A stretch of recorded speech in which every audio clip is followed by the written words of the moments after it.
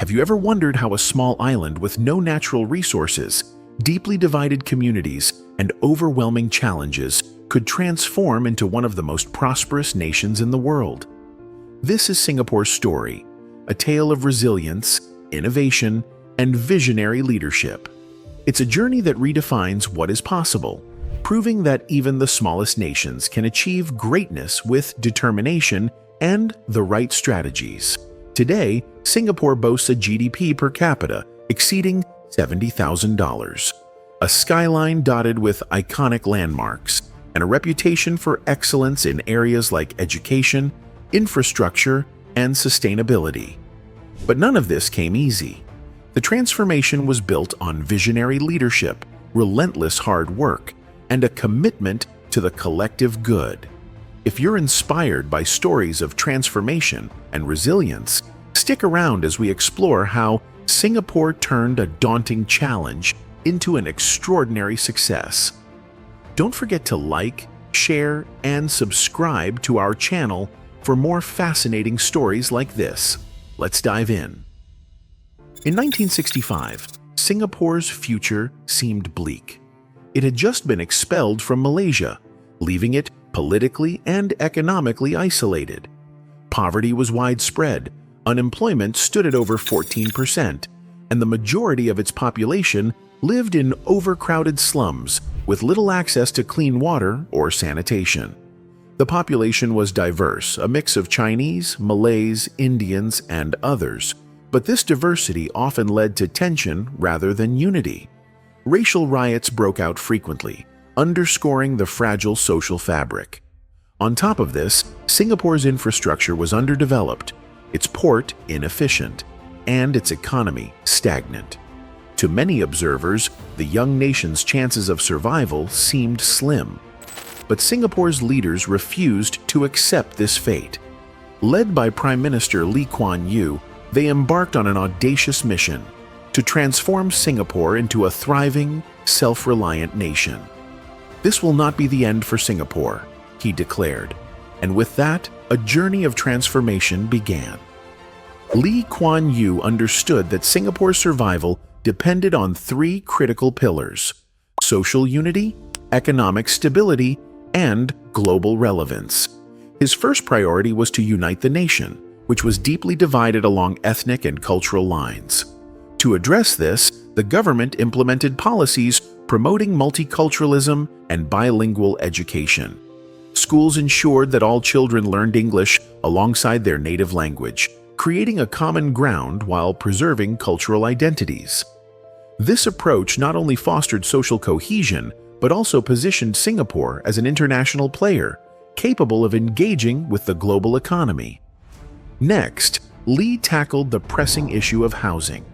In the 1960s, Singapore faced a severe housing crisis, with many families living in makeshift shelters. The Housing Development Board, HDB, was established to provide affordable, modern homes. These were not just places to live, they were thoughtfully designed communities, complete with schools, shops, and parks. By the 1990s, over 90% of Singaporeans lived in HDB flats, creating a stable and inclusive foundation for the nation's growth. With social cohesion and housing underway, the next priority was economic transformation. Singapore's location at the southern tip of the Malay Peninsula placed it at the crossroads of global trade routes. However, geography alone wasn't enough.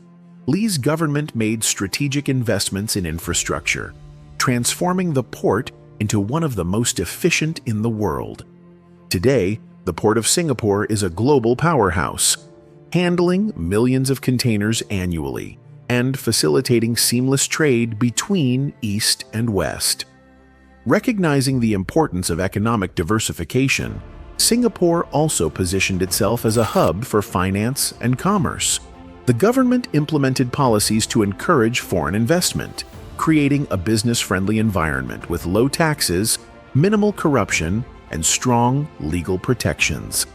These measures attracted multinational corporations from around the world, with companies like Shell, Google, and Facebook establishing regional headquarters in Singapore. This influx of investment not only fueled economic growth, but also created thousands of jobs for its people. Singapore's leadership understood that to sustain this growth, the country needed more than infrastructure. It needed a skilled workforce. Education became the cornerstone of Singapore's development strategy.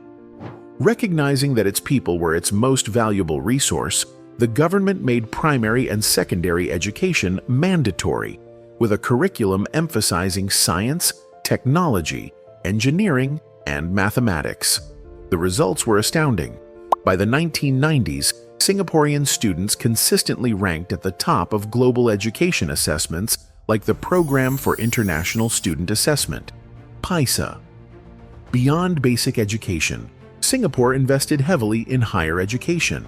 Institutions like the National University of Singapore, NUS, and Nanyang Technological University, NTU, became world-renowned, attracting students and researchers from across the globe. Vocational training was equally prioritized.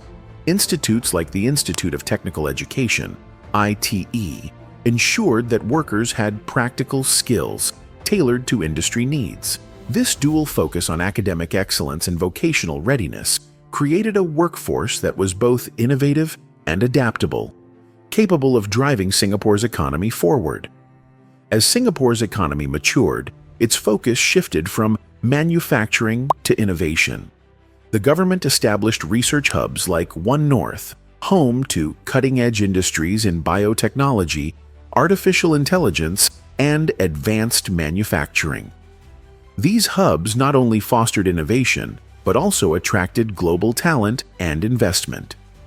Singapore also became a global leader in water technology. Faced with limited water resources, the country developed innovative systems for recycling and purifying water, achieving self-sufficiency in a resource it once had to import. This focus on solving real-world problems positioned Singapore as a hub for technological advancement and environmental sustainability. The government also supported entrepreneurship through initiatives like Startup SG, providing funding, mentorship, and networking opportunities for budding innovators. Despite its rapid urbanization, Singapore remains one of the greenest cities in the world. Nearly 47% of its land area is covered in greenery, thanks to policies promoting sustainable development. Vertical gardens, eco-friendly buildings, and renewable energy projects have transformed Singapore into a model for urban sustainability. Landmarks like Marina Bay Sands and Gardens by the Bay are not just architectural marvels. They're testaments to Singapore's commitment to livability and environmental stewardship. The city's public transport system, renowned for its efficiency and affordability, reduces traffic congestion and lowers carbon emissions, making life better for residents and visitors alike. While Singapore's transformation is a success story, it hasn't been without its critics. The government's strong control over media and public discourse has raised concerns about political freedoms. The People's Action Party, PAP, has been in power since 1959. And while this continuity has brought stability, some argue it has limited democratic processes. Income inequality remains another pressing issue. Despite being one of the wealthiest nations, the gap between the rich and poor continues to grow. The government has introduced programs to address these disparities, but achieving true equity is an ongoing challenge. Singapore's transformation from a struggling trading post to a global powerhouse is a story of resilience, innovation, and unity. Its journey offers valuable lessons for nations around the world. With vision, determination, and strategic planning, even the smallest countries can achieve greatness. If this story inspired you, don't forget to like this video, share it with your friends, and subscribe to our channel for more stories of transformation and triumph. Let us know in the comments, what inspires you most about Singapore's journey? Until next time, stay curious and keep exploring.